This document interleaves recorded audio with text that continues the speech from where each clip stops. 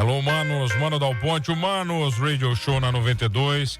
A música nos conecta, os bons papos nos conectam aqui na 92. 984410010. Manda o WhatsApp pro Maninho para participar do Humanos Radio Show. Segue lá, 92 Rock Pop. Segue lá, Mano Dal Ponte no Instagram.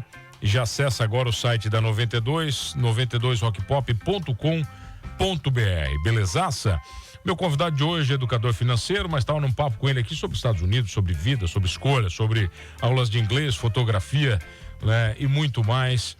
Eric Rocha comigo, meu velho. Prazeraço te receber. Como é que você tá? Tudo bem? Pô, mano, o prazer é todo meu. É inenarrável estar aqui contigo. Um cara que eu já admiro, né? Conheço há pouco tempo, mas já admiro. A 92 já faz parte da minha vida através do Ricardo, aí, que é um grande amigo. E é um prazer enorme estar aqui com vocês. Tá, me diz uma coisa, você falou que na tua vida você começou trabalhando no quê? Com fotografia com teu pai? Você estava falando que teu pai tinha uma loja de foto? Isso, exatamente. Minha família vem, né? A família inteira praticamente trabalhou com a fotografia. Eu, quando criança, já com 13 anos, já ia ajudar meu pai, naquela época, né? E aí, era natural que eu entrasse para esse mundo. Entrei primeiro para o mundo das filmagens na época, né? Porque filmando casamento? Filmando casamento, ajudando meu irmão. E aí... Você é da época que fazia aquela filmagem em 3 horas do casamento. Aí nós vamos revelar a idade. Oh, não. Aquele filme de casamento que nunca ninguém viu, né? Exatamente. Cara, a maior dificuldade é porque as noivas queriam que filmasse o pessoal comendo. Horrível aquilo. Horrível. Mas nojento. Eu tirava tudo na edição, não, mas nojento, lá no dia tinha que fazer. Tá. Então eu venho dessa época. Naturalmente, eu fui galgando para esse mundo. Abri, então, o meu primeiro empreendimento foi uma produtora de vídeo chamado Rocha Vídeo e Produções.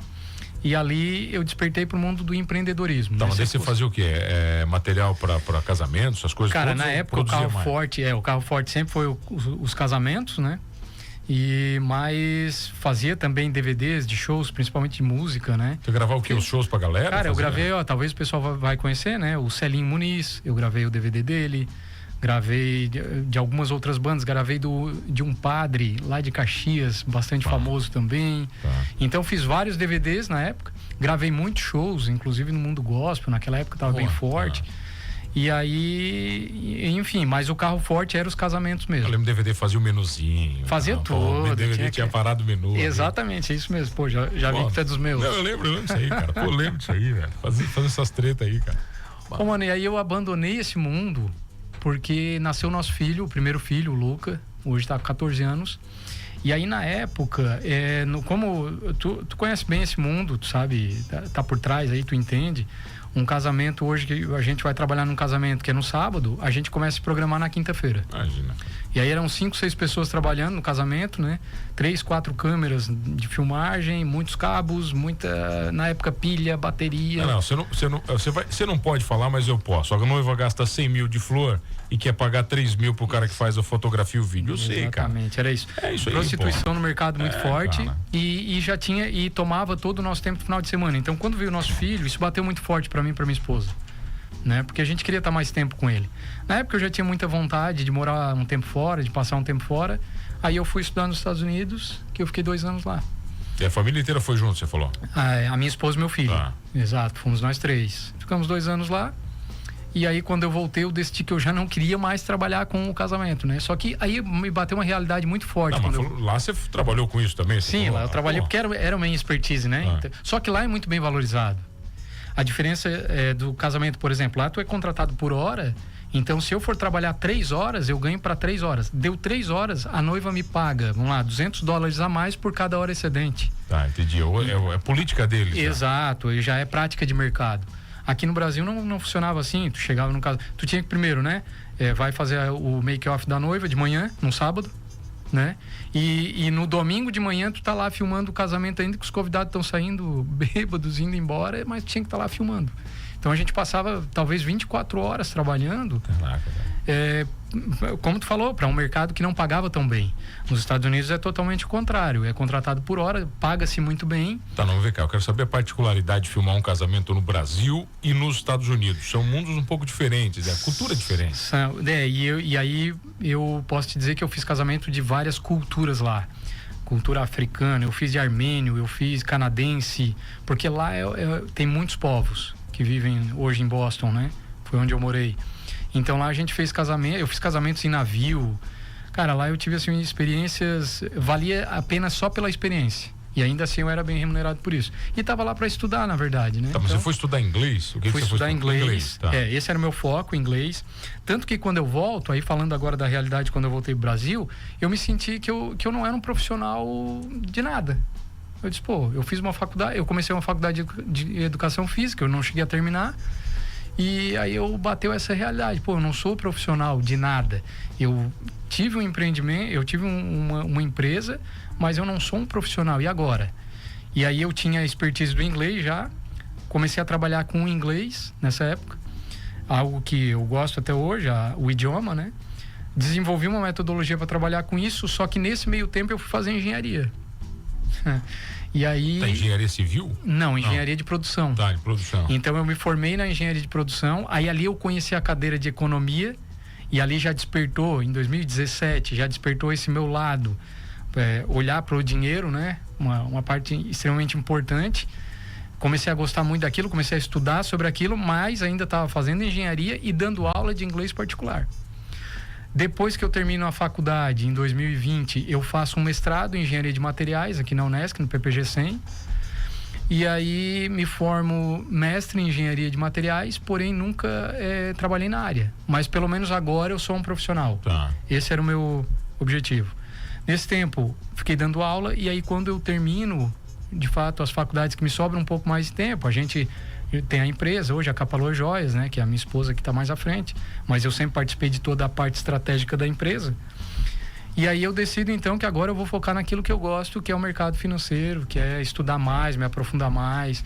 Então eu passei de 2020 ali no meio da pandemia até 2025, basicamente fazendo cursos, estudando sobre mercado financeiro e fazendo já, entendendo os investimentos, fazendo todos os tipos de investimento justamente para testar.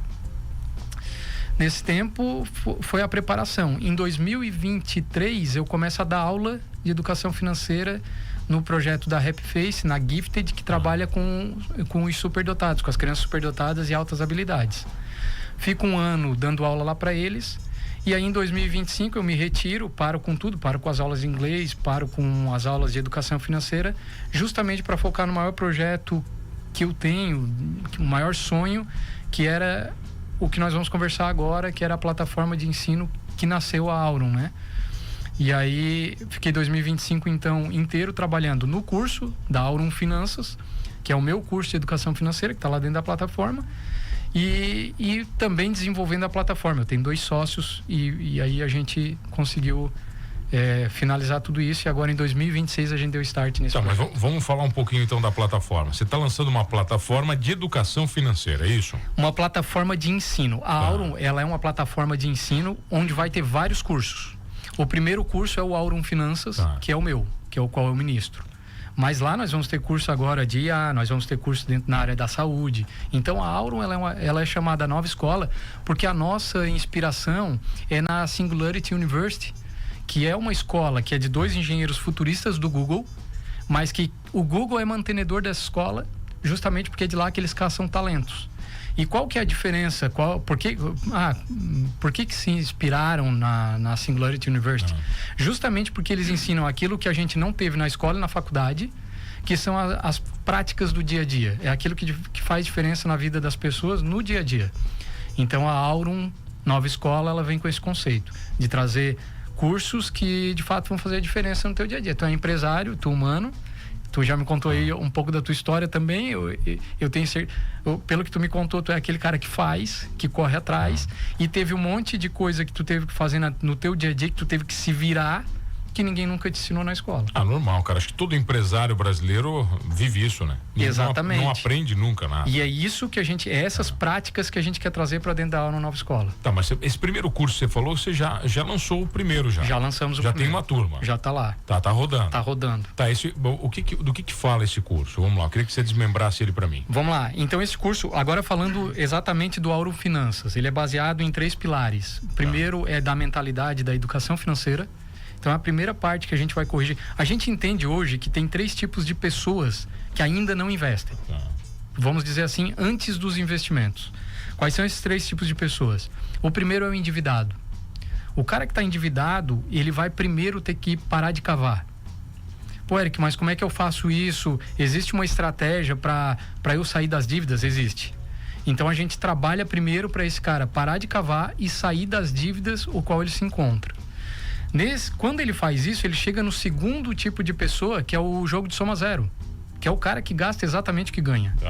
E aí, cara, o brasileiro tem uma habilidade fantástica de fazer isso. Eu fiz isso por muito tempo. O meu salário, como eu sempre fui autônomo, o meu salário sempre foi variável.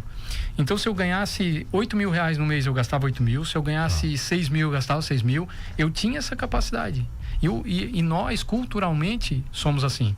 Então, chegamos no cara de soma zero. Então, a gente precisa agora traçar um orçamento inteligente.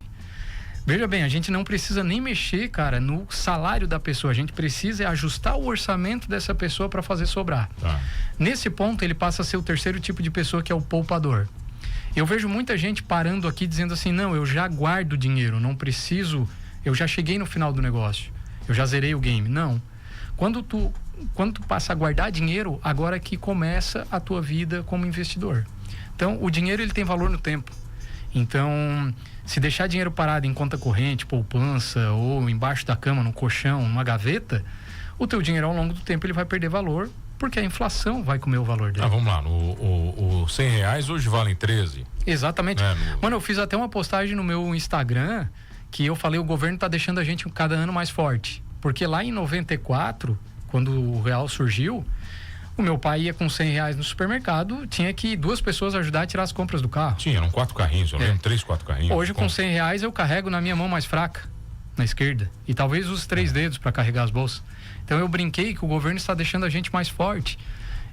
Fazendo uma alusão, porque é exatamente isso, a inflação, ela corroeu o valor da moeda. Mas isso é uma mentira, que o Brasil não tem inflação, né? Sabe, isso é uma mentira do mundo. E existem 2 tipos de inflações, né? A gente tem a nominal... Esse papo de 6%, não, 5%, não é mentirada, real. Isso é mentirada do inferno. É porque como é que acontece, quando o IPCA ele é calculado, e aí eu tô falando do IPCA, é justamente o que o IBGE usa para ajustar a inflação no Brasil, né? Para medir. O IPCA, ele é uma série de produtos, são 40 produtos numa cesta, que vai desde o tomate até uma passagem aérea, tá?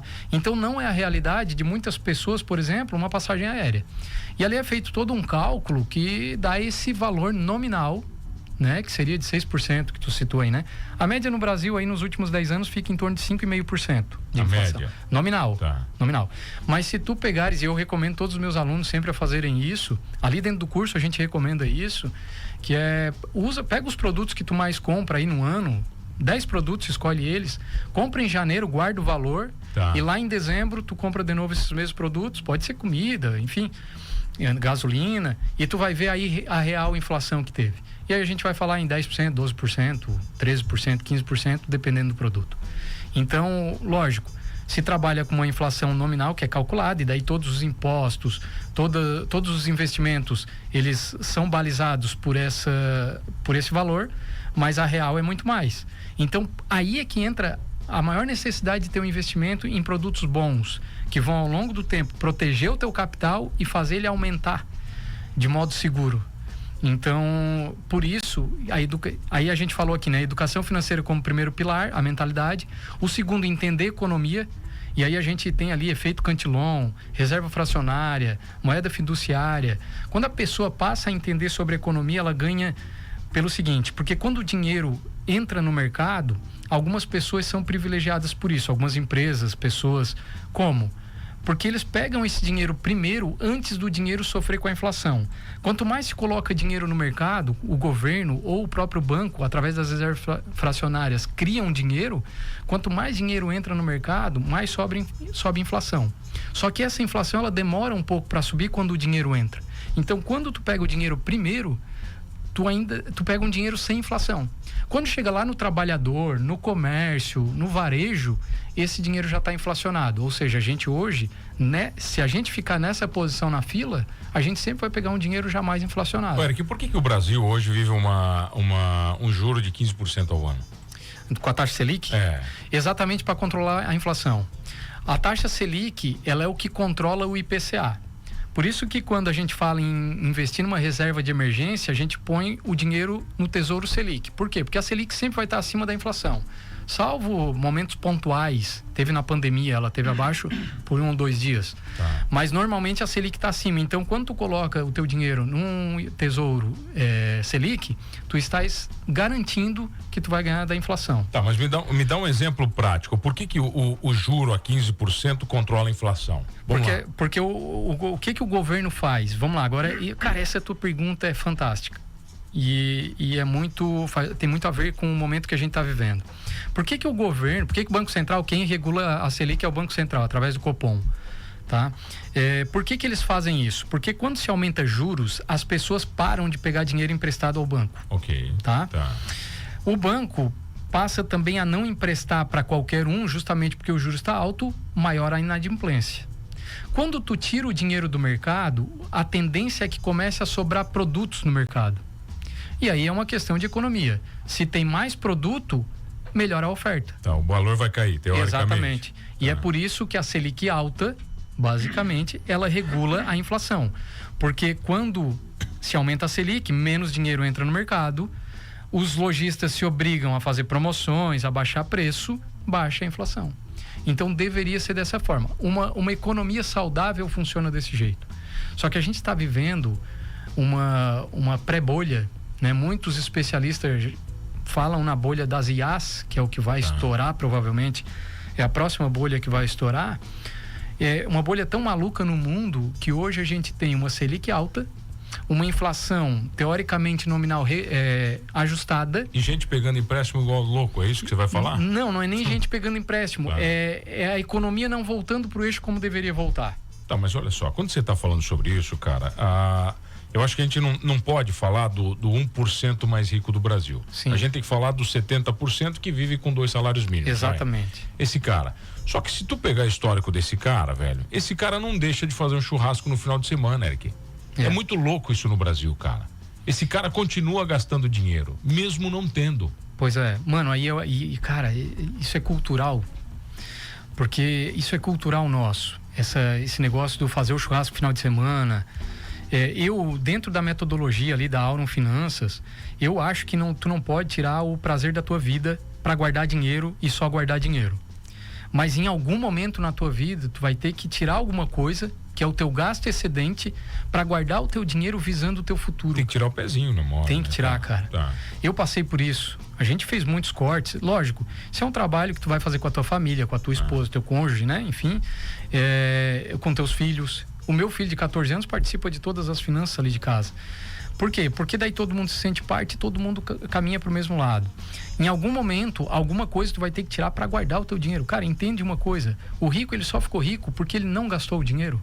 Isso é muito lógico. E o que você vai ter que tirar, com certeza, é o que te dá mais prazer, né? Muitas vezes sim, pelo menos uma parte. Alguma parte vai dar prazer, né? Você vai ter que aprender a viver sem, né? Por isso que a gente trabalha a mentalidade, é o início do curso, e é essa educação financeira que a gente precisa dar pro brasileiro.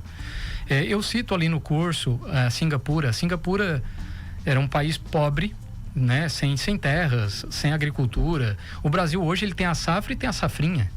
O Brasil é um país riquíssimo em termos de solo, né? A gente tem todas as oportunidades aqui. Aí comparando com a Singapura, um país pequeno, extremamente pobre, multiétnico, com várias tensões sociais, justamente porque tem chineses, malaios. Todo mundo se brigando pelo território, uma loucura. E por que a Singapura virou um dos países mais ricos do mundo hoje? Né? Hoje, talvez esteja entre os 3 ou 5 primeiros, talvez não, está entre os 5 primeiros mais ricos do mundo hoje, Singapura. Saiu da extrema pobreza para ser o país mais rico. Porque eles investiram em 2 áreas, cara, e não tem segredo, e tem que fazer isso. Primeiro, o governo deixou de ser um governo que mete muito a mão através de impostos, né? Esse é um primeiro ponto. E os outros 2 pontos de investimentos que eles tiveram investiram no inglês. O inglês virou uma língua praticamente oficial, porque todos os negócios no mundo são feitos em inglês através do dólar. Várias negociações em outras moedas, mas a maioria é dólar. e tu tens que falar inglês.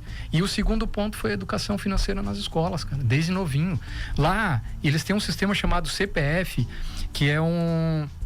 Aqui no Brasil a gente tem o FGTS e o INSS, né? Que é um direito do trabalhador. Eu hoje pago como empresa, eu pago meus funcionários, correto? Só que esse dinheiro não vai para o funcionário, ele fica com o governo administra esse dinheiro, e lá quando o funcionário ele for apto, ele for elegível, ele pode pegar esse dinheiro. Em Singapura, como é que funciona através do CPF? Essa parte, o que seria o INSS, FGTS, vai para o funcionário, vai para o colaborador. O colaborador é obrigado a pegar esse percentual e investir nesse fundo mútuo que é o CPF. Pô, Eric, mas ele é obrigado, então o dinheiro não fica com ele? Não, só que o dinheiro fica na conta dele. O que isso gera? Cada mês que o cara vai lá e coloca nesse fundo de pensão, e esse fundo vai crescendo porque existe um gestor por trás fazendo aquele fundo ganhar com juros, ele vê o dinheiro dele crescer. E cada vez mais ele fica apto a fazer novos tipos de investimentos. Com isso, cara, eles corrigiram a educação financeira na população. Todos ganham. O governo parou de tentar influenciar onde não é a área do governo. E aí eles mudaram toda uma realidade, mudaram a cultura. E hoje tem um dos países mais ricos do mundo. Enquanto o Brasil não olhar para a educação financeira, e aí aqui pode ficar uma crítica ao MEC, que o MEC não tem essa intenção, a gente vai ter que fazer isso de forma privada. Eric, eles estão preocupados se banheiro unissex é importante para o Brasil do que...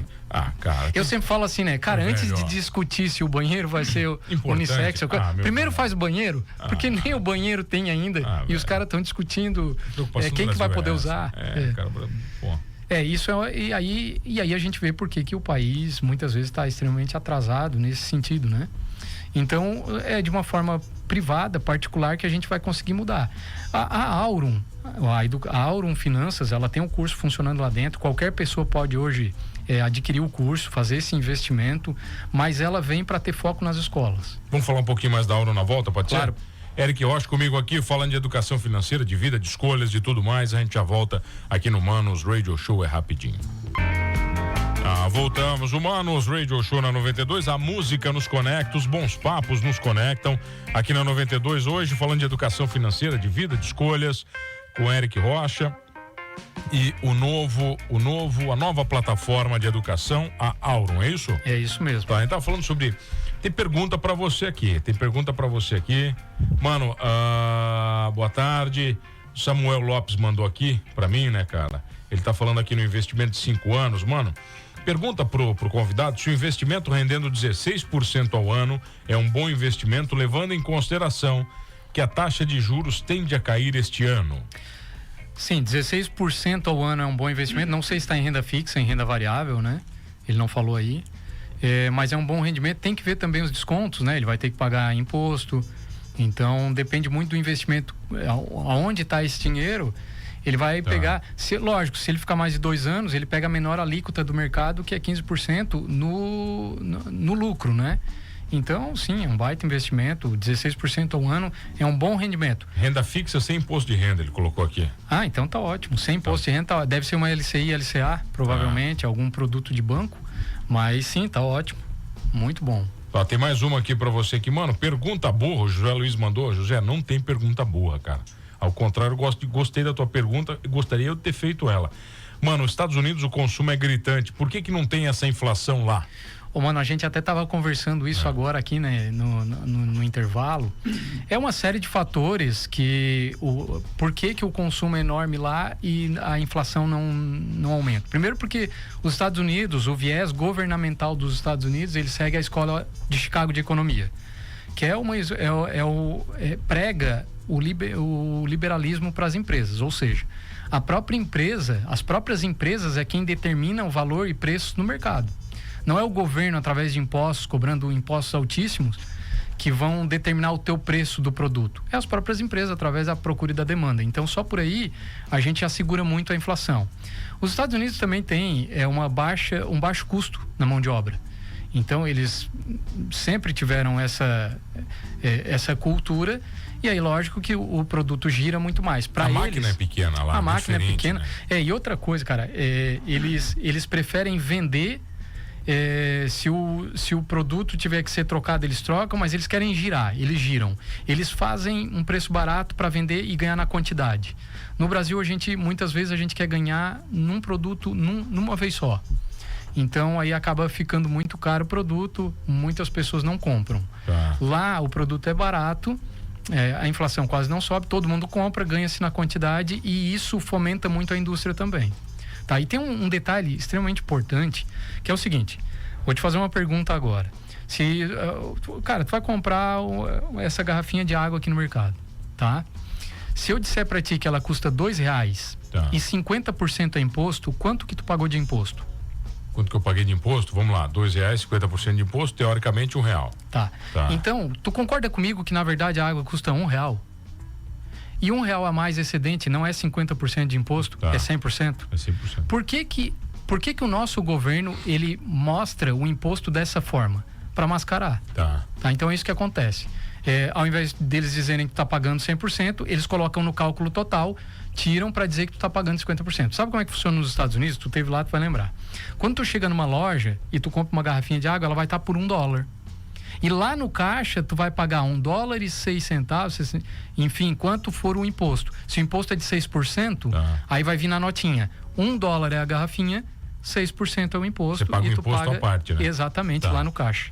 Então, esse é imposto real. Mas isso não vai acontecer no Brasil agora com os novos impostos ou é mentirada também? Não, aquilo ali é só, eles diminuíram, na verdade, basicamente, né? Lógico que envolve muito mais coisa, mas para uma explicação rápida, até porque a gente não tem tanto tempo, eles diminuíram vários impostos, eles estão diminuindo para 2 tipos de impostos. A narrativa sempre é pro bem. Vai aumentar. Todo contador que eu conversei falou que vai aumentar. Exatamente, é isso mesmo. A narrativa é pro bem, mas o que acontece nos bastidores, nem tanto. É igual a moeda o Drex, né? Poxa, vai transformar o real em digital. Cara, se tu olhar pelo lado assim, que a gente poderia acabar com o tráfico de drogas, por exemplo. Se tu tirar... Se todo mundo... Se o dinheiro fosse digital, ou todo mundo tivesse que usar um cartão de crédito, por exemplo, como é que o cara ia comprar droga agora? Dificultaria muito para um traficante, por exemplo, né? Porque não tem mais o dinheiro físico, não tem mais o dinheiro vivo e o cara teria que... E tudo seria rastreável, né? Então, o Drex, quando a moeda se transformar em digital, o real se transformar em digital, teoricamente ele teria um benefício. Essa é a narrativa que eles sempre usam. Agora, o que tem por trás é um maior monitoramento do governo.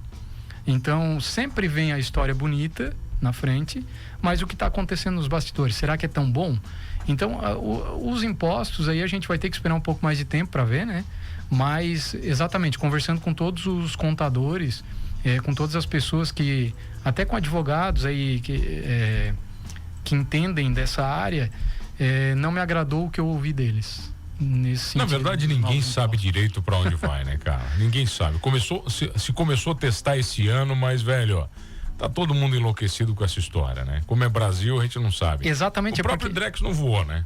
Ele vai entrar em vigor agora em 2026, mas exatamente, a gente, cara, é que o Brasil, ele, infelizmente, ele ainda falha na segurança jurídica.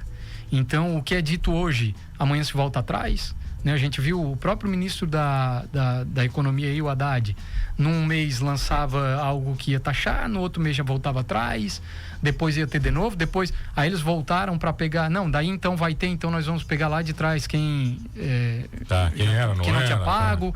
Então, assim, é muita insegurança que a gente tem nesse sentido, tanto fiscal quanto jurídica, e aí a gente só esperando para ver. Tá, mas olha só, você está lançando uma plataforma de educação, ok? Que tenha o primeiro curso como educação financeira, ok.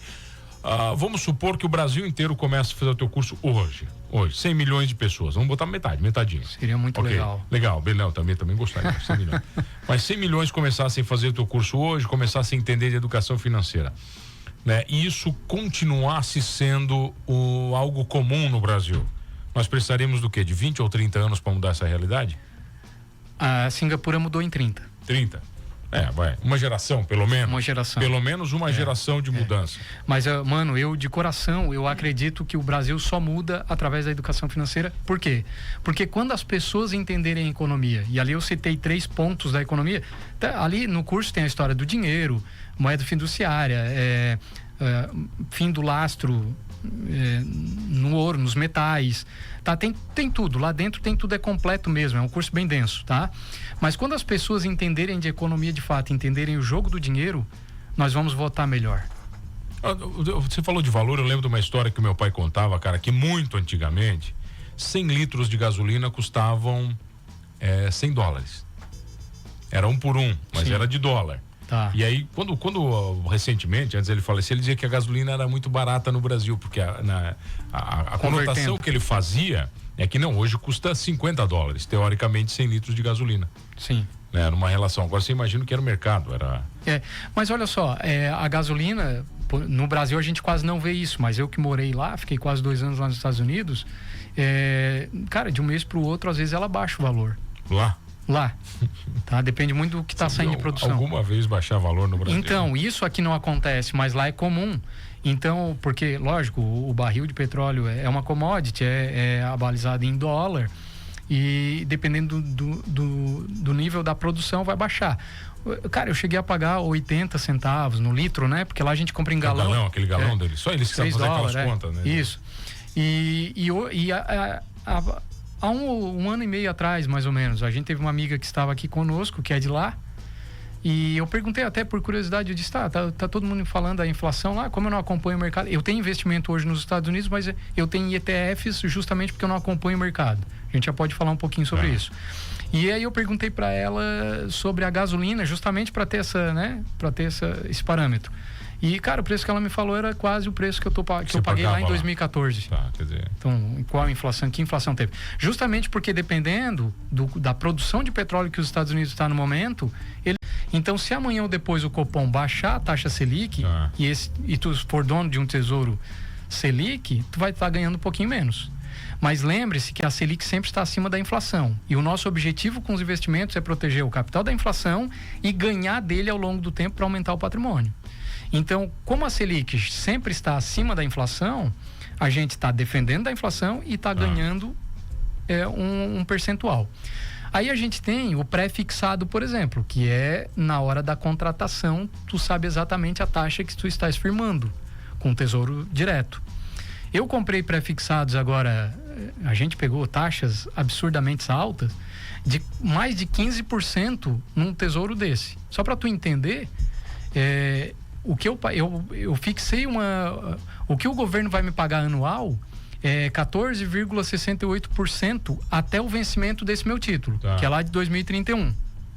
Só que se esse ano, por exemplo, a taxa Selic baixar e o mercado acreditar que os juros vai ser controlado, esse tesouro, ele aumenta de valor. Então, quando você fala o mercado acreditar, aí você está falando de especulação. Sim, mas o tempo inteiro é isso. Por isso que existe a volatilidade nos ativos. Né? Aqui eu estou falando de renda fixa, que pode sofrer a chamada marcação a mercado. Então eu posso vender esse título antes do vencimento e ganhar muito mais do que o 14% que ele me prometeu, Ana. Hoje eu estava olhando, teve título que eu comprei na minha carteira hoje, eu olhei hoje de manhã. Teve título que eu comprei faz 4 meses que já está me rendendo quase 13%. Ou seja, vamos colocar para 12 aí para ficar um cálculo mais fácil, é 3% ao mês. Isso é absurdamente alto. Isso é coisa de agiota. 3% ao mês? Caraca, foi o que eu estou ganhando na marcação a mercado com esse título nesse momento. Então, até o ouvinte ali falou de 16% ao ano, é uma taxa boa, tranquila para quem não gosta de correr risco e para quem não fica olhando diariamente para o mercado, que é o meu caso, porque é o meu trabalho. Mas o cara que não quer correr risco e quer deixar o dinheiro para proteger lá, cara, 16% ao ano livre de imposto de renda é um baita negócio. Porque o teu dinheiro sempre vai estar sendo valorizado e sempre vai estar na máxima histórica aí, na média da inflação no Brasil, sempre vai estar acima. Tá, mas olha só, sempre se vendeu no Brasil que a poupança era uma coisa bacana.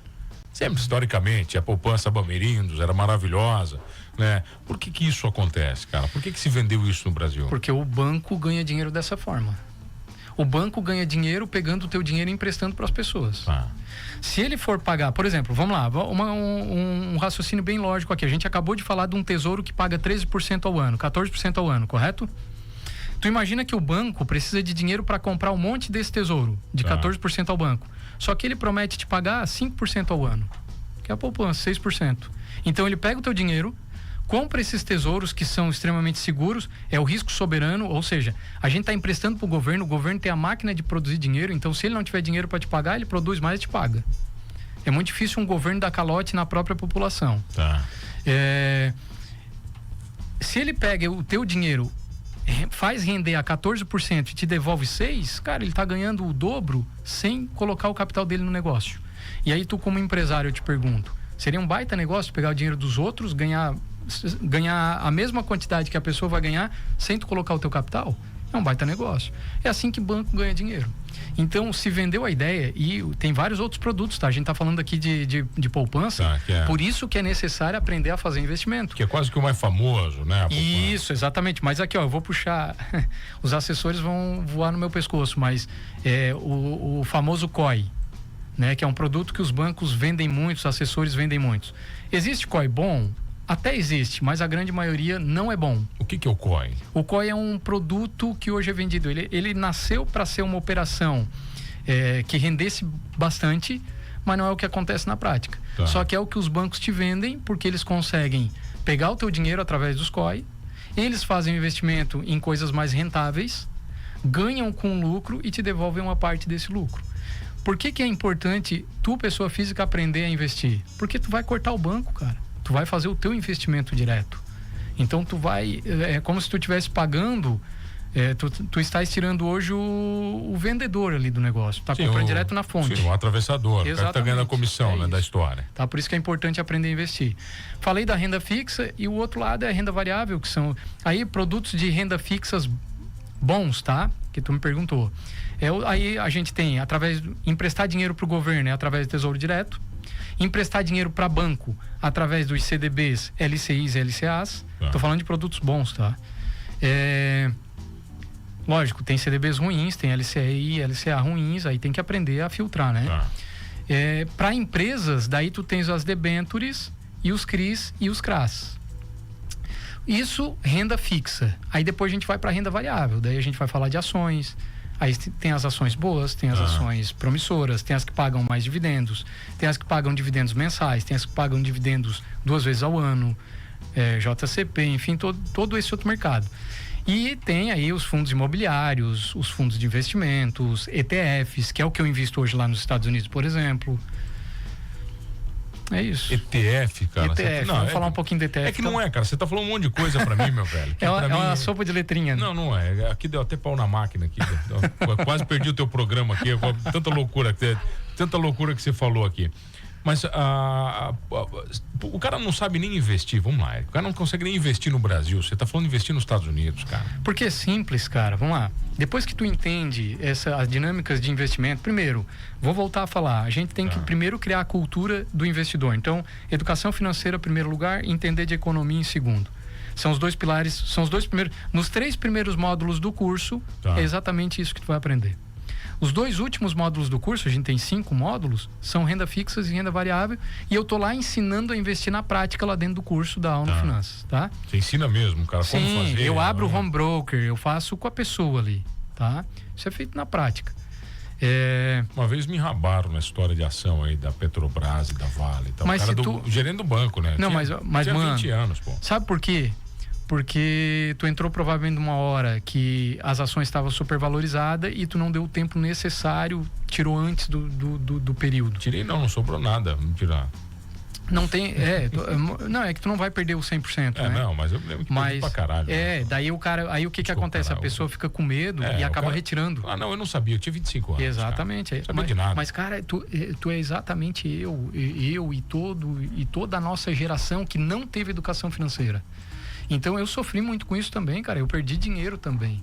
Até aprender, eu tô nessa lida aí, na corrida, há 8 anos estudando, de fato estudando com vontade, afinco, o mercado financeiro. Para poder hoje ter todo esse entendimento, né? Eu sempre falo assim, eu até fiz uma postagem no meu Instagram, eu fiz o curso o qual eu gostaria de ter feito. Tá, entendi. Na verdade, você fez um curso para as pessoas que você gostaria de que existisse, que abriria muito a minha mente. Tá, mas a pessoa, você já está liberando esse curso para a galera ou não? Sim, já está liberado. Tem no meu...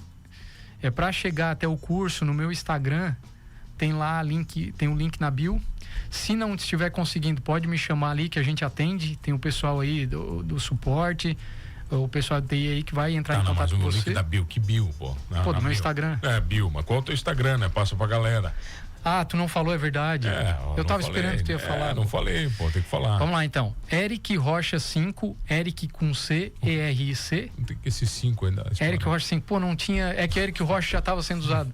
Pô, 5, cara. Aí eu tive que colocar o 5. Sabe por que o 5? Porque a letra E é a quinta letra do alfabeto. Aí entrou o 5 lá no final. Tá, agora tu tá fazendo também a cabalístico também.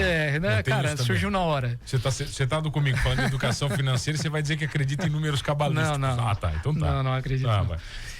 Então, Eric Rocha 5, ERIC, Eric Rocha 5, arroba, né, o arroba, na verdade, na frente, né? Me acha lá no Instagram, tá ali, Aurum Finanças.